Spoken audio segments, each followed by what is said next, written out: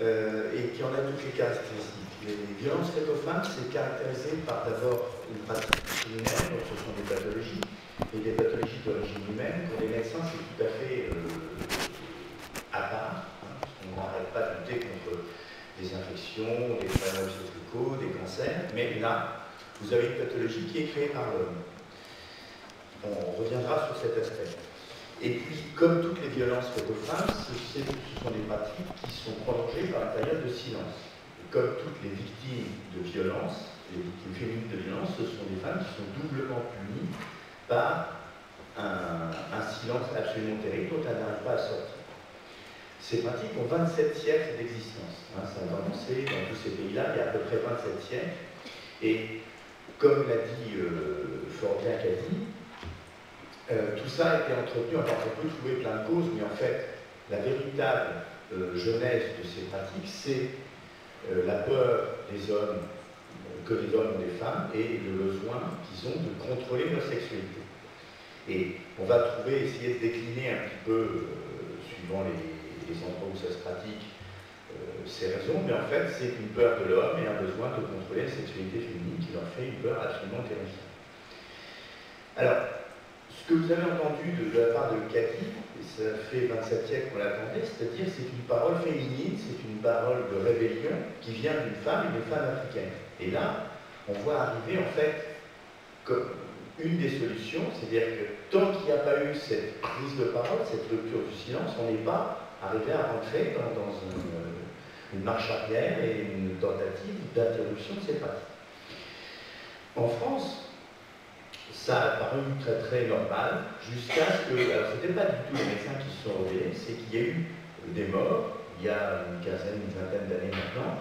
Ces morts, c'était des petites filles qui étaient excisées sur le français, et les premiers qui ont été rebelles là-dessus, ce sont les juristes, c'est-à-dire on a commencé à trouver pas ça normal, et on a essayé d'impliquer les choses, de chercher, et on a commencé à évaluer ces pratiques, découvert que ça se faisait en France, et considérer que ce n'était pas normal. Et il y a eu un changement du droit français. La France est le premier pays au monde à avoir criminalisé ces pratiques, c'est-à-dire qu'on est passé de la correctionnelle aux assises, avec des peines réelles, et ça a commencé à faire changer un petit peu les pratiques. Les médecins, pour l'instant, ils n'étaient pas du tout là-dedans. Et il a fallu notre immersion dans des pathologies qui étaient voisines, en Afrique, lors de missions militaires, pour se rendre compte qu'il pouvait y avoir un problème. Et ce qui est nouveau de notre côté, c'est que ça nous a permis, nous médecins, de découvrir la réalité de ce que c'était, parce que c'était une pratique traditionnelle, lointaine, même si ça se pratique chez nous, mais on n'en avait pas des notions très très précises.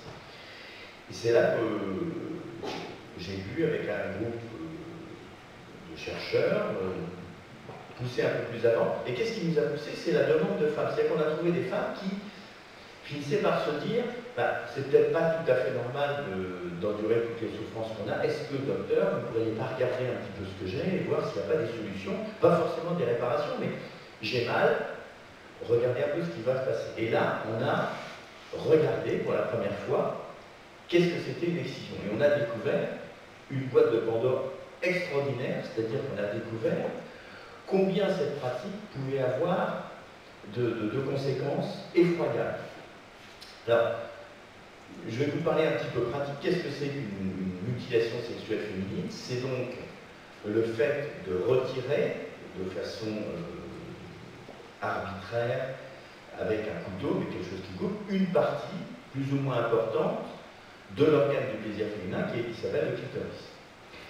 Même si on se tient à cette définition restrictive, le problème de la vulve, c'est que c'est un organe qui est assez complexe, qui comporte plusieurs étages, et qui va continuer à vivre lors de la vie normale, lors de la vie sexuelle et lors de la vie obstétricale.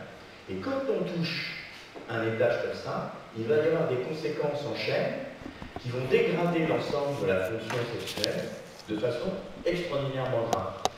Les petites lèvres sont les premières à passer à la trappe, même si dans certaines pratiques, on les blesse, on les enlève aussi. Même en Afrique de l'Ouest, par exemple, dans la région dont on parle, Kaby, alors qu'on ne touche pratiquement pas aux petites lèvres, les conséquences immédiates de cicatrisation, de saignement, vont faire que les petites lèvres vont être abîmées, soudées, sacrifiées 6 à 7 fois sur 10. Et puis, après, quand on essaye quand même d'avoir des rapports, et surtout quand on accouche, le fait d'avoir une fermeture cicatricielle d'une partie de la vulve va exposer le reste de la vulve, c'est-à-dire ce qu'on appelle le périnée postérieur, et donc la région la plus éloignée de l'excision va aussi exploser. Et donc quand on fait une excision, ça va détruire tous les étages de la vulve. Ça, c'est pour le problème local.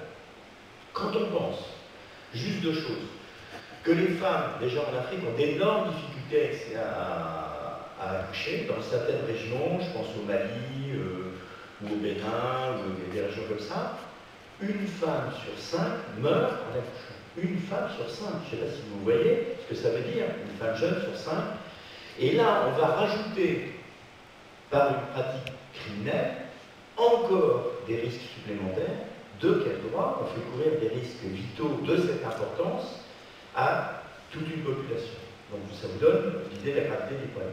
Une autre chose, quand on prend certaines régions et les filles qui sont, les petites filles qui sont excisées très tôt, on va jusqu'à 15% de mortalité immédiate. C'est-à-dire 15% de ces petites filles vont mourir directement du geste mutilatoire. Comment on peut se permettre des choses pareilles? Et puis là, on n'est que sur la vulve. Mais quand on regarde après, c'est que la vulve, ça sert à beaucoup de choses chez une femme, ça conditionne toute sa vie, et ça va, Cathy l'a très bien dit, affecter toutes ses relations, hein, c'est-à-dire qu'elle va plus avoir une possibilité de sexualité normale, de relations normales, de relations avec des hommes normales, elle va même se comparer à des femmes pas excisées, ce qui va encore la punir, elle va vivre un véritable traumatisme, et ce traumatisme est en soi une mutilation supplémentaire, et effectivement, comme l'a dit Cathy, ça atteint tout l'être féminin. Et c'est pas par hasard qu'il y a 27 siècles, les hommes ont inventé ça, c'est qu'ils ont très très bien compris que c'est cet endroit précis qu'il fallait toucher pour toucher toute la femme. Et on a fait une pratique qui est d'une gravité insoupçonnée, que la médecine nous a permis de découvrir, c'est ça qu'on a découvert, c'est les conséquences absolument faramineuses de tous les aspects de la féminité, hein, que ce soit sa sexualité, sa relation avec les hommes, sa propre image de soi, sa propre image mentale, et sa santé physique et mentale, tout est affecté. Donc c'est quelque chose d'une gravité exceptionnelle. Alors, par là, on a effectivement pensé à essayer de voir si on pouvait apporter des solutions. Effectivement, assez simplement, on s'est aperçu que le clitoris était un organe beaucoup plus complexe et beaucoup plus grand que la partie qui dépasse, et sont apparus, d'abord, c'était aussi incroyable ça, parce que on s'est aperçu, nous, médecins chirurgiens, pourtant spécialistes de la région, qu'on n'avait jamais réfléchi. Cathy a cité le milieu du siècle dernier, où on excisait encore aux États-Unis ou en Europe pour des raisons absolument incroyables, d'hystérie, etc. Mais plus récemment, si on prend la dernière partie du XXe siècle, quand on prend les livres de techniques chirurgicales, effectivement, le clitoris bénéficie, entre guillemets, de techniques chirurgicales, mais à chaque fois pour le détruire. Quand il y a des maladies dermatologiques, quand il y a des cancers, quand il y a des infections. Donc on a mis au point un certain nombre de techniques de destruction du clitoris. Mais on n'a jamais pensé que ça pouvait se réparer. Mais quand on regarde, moi je suis urologue, ce qui peut arriver au pauvre pénis, le pauvre pénis, quand il a le moindre traumatisme, la petite plaie, on a 1000 techniques pour le réparer le pénis. Et on a 1000 techniques depuis 2 siècles. Hein, et on a une chirurgie pénienne qui est très bien installée. Pour le clitoris, rien. C'est-à-dire que si je fais bien le point, au stade où on a commencé à s'en occuper, on était en fait, nous aussi, des exciseurs scientifiques. C'est-à-dire qu'on s'était préoccupé du pénis.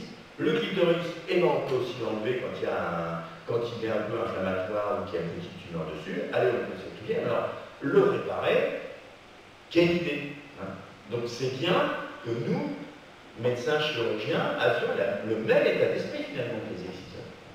Donc il faut une véritable révolution pour l'espèce humaine, pour s'apercevoir que là, le clitoris, c'est aussi précieux qu'un pénis, hein, c'est-à-dire que ça fait partie de l'intégrité féminine, et donc le premier principe, il est hors de question d'y toucher, pour quelque raison que ce soit, parce que ça abîme toute la femme. Quelle tradition aurait perduré si elle consistait à couper le pénis ou le gland du pénis? Ça aurait pas duré très longtemps la tradition, hein, parce que c'est les hommes